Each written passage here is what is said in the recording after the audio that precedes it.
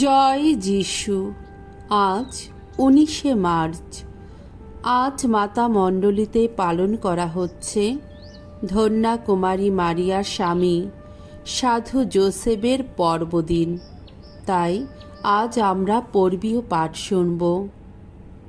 প্রথম পাঠ প্রবক্তা সামুয়েলের দ্বিতীয় গ্রন্থ, 7 অধ্যায় 4 থেকে 5 পদ, 12 থেকে 14 পদ এবং 16 পদ। ঈশ্বর দাউদকে প্রতিশ্রুতি দেন তার বংশের রাজত্ব চিরস্থায়ী হবে। সেদিন রাতে প্রবক্তা নাথানের প্রতি উচ্চারিত হল ভগবানের এই বাণী, যাও তুমি আমার সেবক দাউদকে গিয়ে বলো, ভগবান এই কথা বলছেন, তোমার আয়ুষ্কাল শেষ হওয়ার পর তুমি যখন তোমার পিতৃপুরুষদের পাশে শায়িত হবে, তখন আমি তোমার উত্তরাধিকারী রূপে সিংহাসনে বসাবো তোমারই একজন বংশধরকে, তোমার নিজেরই এক সন্তানকে, এবং তার রাজত্ব আমি সুপ্রতিষ্ঠিত করব।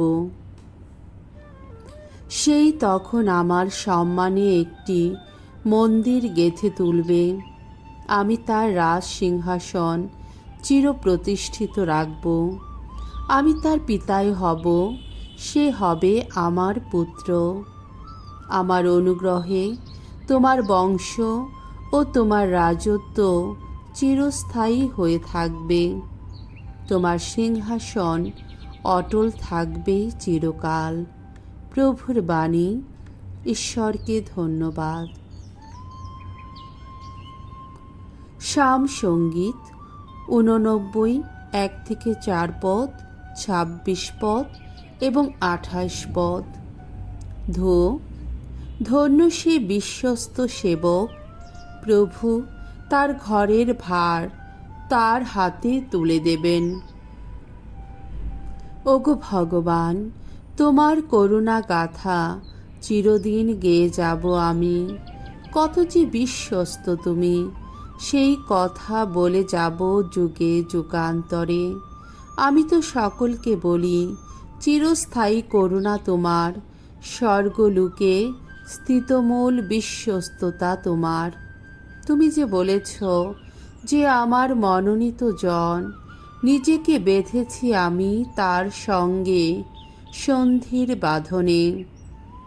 আমার সেবক জন দাউদকে শপথ করেই বলেছি আমি, তোমার বংশকে আমি চিরস্থায়ী করে তুলব, যুগে যুগে সুস্থিত রাখব তোমার রাজ সিংহাসন। সে আমাকে ডাক দিয়ে বলবে সেদিন, আমার পিতা তো তুমি, আমার ঈশ্বর তুমি, ত্রাণশৈল তুমি। তার প্রতি সদা জাগ্রত থাকবে আমার করুণা, তার সঙ্গে অটুট থাকবে সেই মহাসন্ধি আমার। দ্বিতীয় পাঠ রোমিওদের কাছে প্রেরিত পলের পত্র, 4 অধ্যায় 13 পদ, 16 থেকে 18 পদ এবং 22তম পদ। আব্রাহামের আশা দুরাশা হলেও তিনি আশা অটুট রেখে তবু বিশ্বাস করেছিলেন। প্রিয়জনেরা, আব্রাহাম ও তার বংশকে ঈশ্বর এই প্রতিশ্রুতি দিয়েছিলেন যে তারা জগৎকে আপন সম্পদ বলে লাভ করবে। তার সেই প্রতিশ্রুতি পূরণ তো তাদের বিধান পালনের ওপর নয়, বরং সেই ধার্মিকতার ওপর নির্ভরশীল ছিল, যে ধার্মিকতা আসে ঈশ্বর বিশ্বাসের ফলে।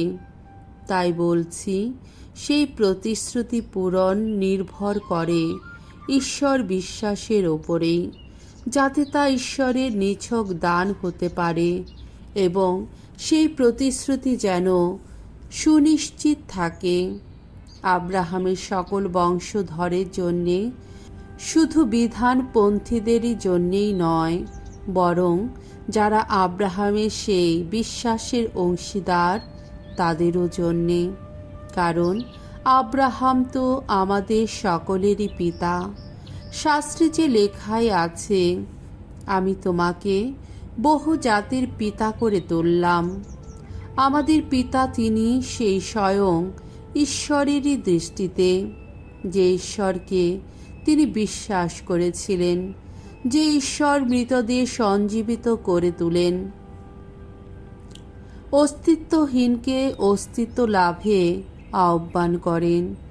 আব্রাহামের আশা দুরাশা হলেও তিনি আশা অক্ষুণ্ণ রেখে তবু ঈশ্বরের ওপর বিশ্বাস রেখেছিলেন, আর তাতেই তিনি বহু জাতির পিতা হয়ে উঠলেন।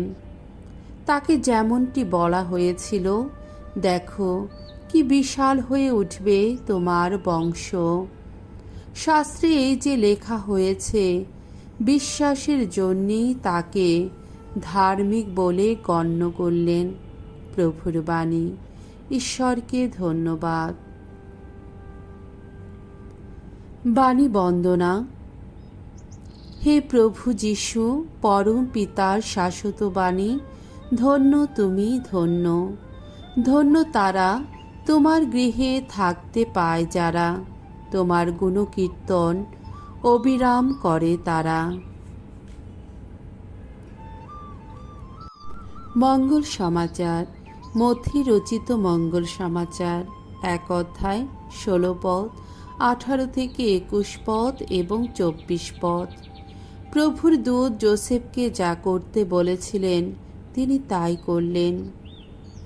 যাকবের সন্তান যোসেফ মারিয়ার স্বামী ছিলেন। এই মারিয়ার গর্ভেই জন্মেছিলেন খ্রিস্ট বলে অভিহিত যিশু। যীশুখ্রিস্টের জন্ম হয় এইভাবে। তার মা মারিয়ার বাগ বিবাহ হয়েছিল যোসেফের সঙ্গে, কিন্তু তারা একসঙ্গে থাকার আগেই দেখা গেল মারিয়া গর্ভবতী পবিত্র আত্মারই প্রভাবে। তার স্বামী যোসেফ ধর্মনিষ্ঠ মানুষ ছিলেন। মারিয়ার দুর্নাম করতে না চেয়ে তিনি তাকে গোপনেই ত্যাগ করবেন বলে স্থির করলেন। তিনি এই সিদ্ধান্ত নিয়েছেন এমন সময়ে প্রভুর এক দূত স্বপ্নে তাকে দেখা দিয়ে বললেন, দাউদ সন্তান যোসেফ, তোমার স্ত্রী মারিয়াকে ঘরে আনতে ভয় করো না, কারণ সে যে সন্তান সম্ভবা হয়েছে তা পবিত্র আত্মারই প্রভাবে। সে এক পুত্র সন্তানের জন্ম দেবে। তুমি তার নাম রাখবে যিশু, অর্থাৎ মুক্তিদাতা, কারণ তিনি আপন জাতির মানুষকে তাদের পাপ থেকে মুক্ত করবেন। যোসেফের ঘুম ভেঙে গেলে প্রভুর দূত তাকে যা করতে বলেছিলেন তিনি তাই করলেন। প্রভুর মঙ্গলময় বাণী। খ্রিস্ট প্রভু, তোমার প্রশংসা হোক।